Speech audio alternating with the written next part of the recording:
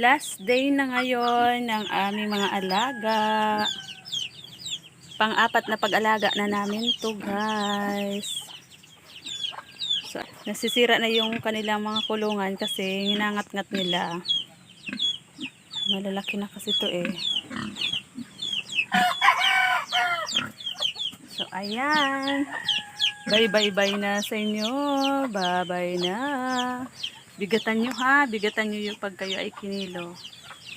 Para naman magkaroon naman ng ano yung amo nyo. Pera. So, ayan. Bye-bye-bye-bye. Sa sunod na naman ulit na pag-aalaga. Ibibinta na ang aming mga pig.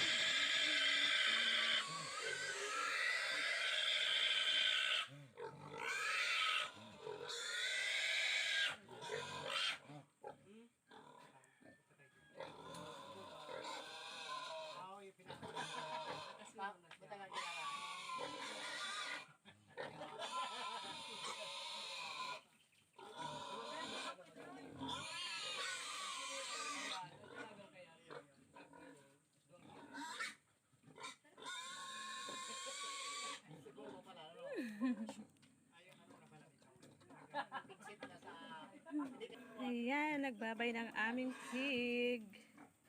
Dispatch na. Pig yung kiluhan nila guys.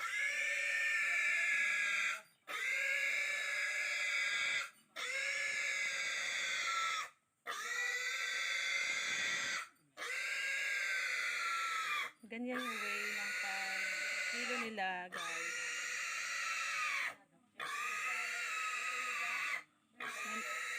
Meron na silang dalang kiluhan para hindi ma-stress yung mga baboy.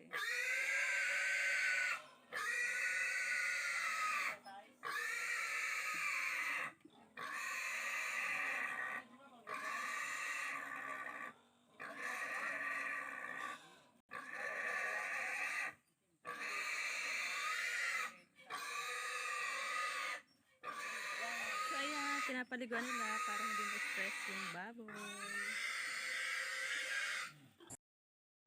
Bye, bye, bye.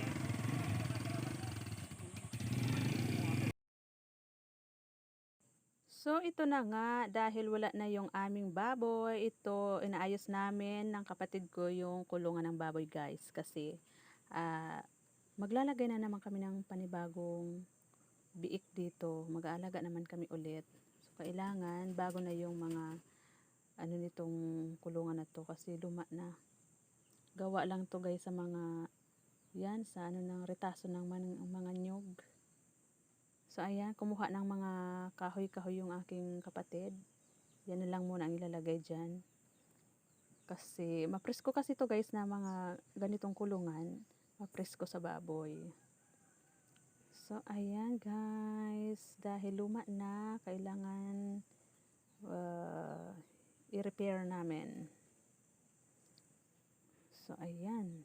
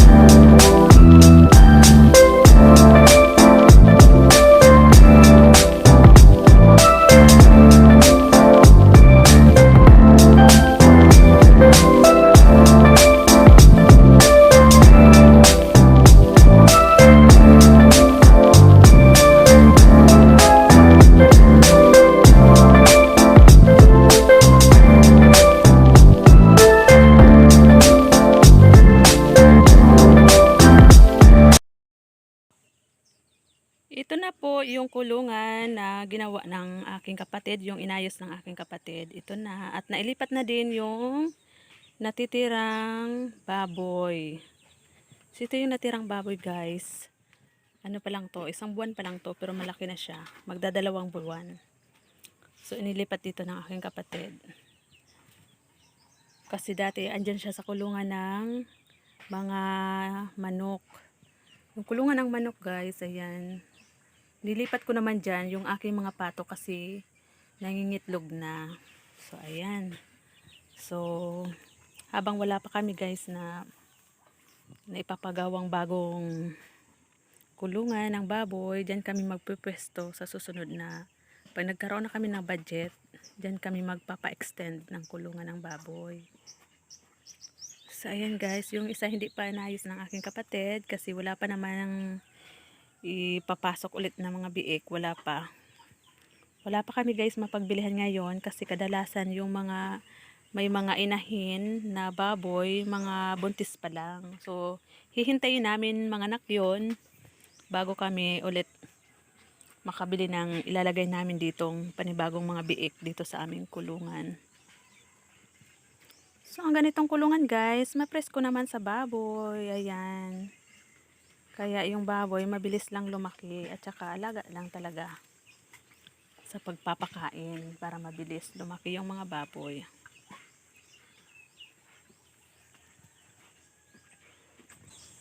Dito sa taas guys, mga ano ng manok. Anong tawag nito? Pugad ba ito? Mga pangitlugan ng mga manok. Yan. At saka ito yung nililimliman nito guys, itlog ng itik. Kasi yung itik kasi hindi naman naglilimlim eh. Kaya dito ko pinalimliman sa manok. So, tingnan natin. Pakita ko ulit sa inyo sa susunod kung talagang successful yung ating pagpa-limlim dyan sa manok na yan.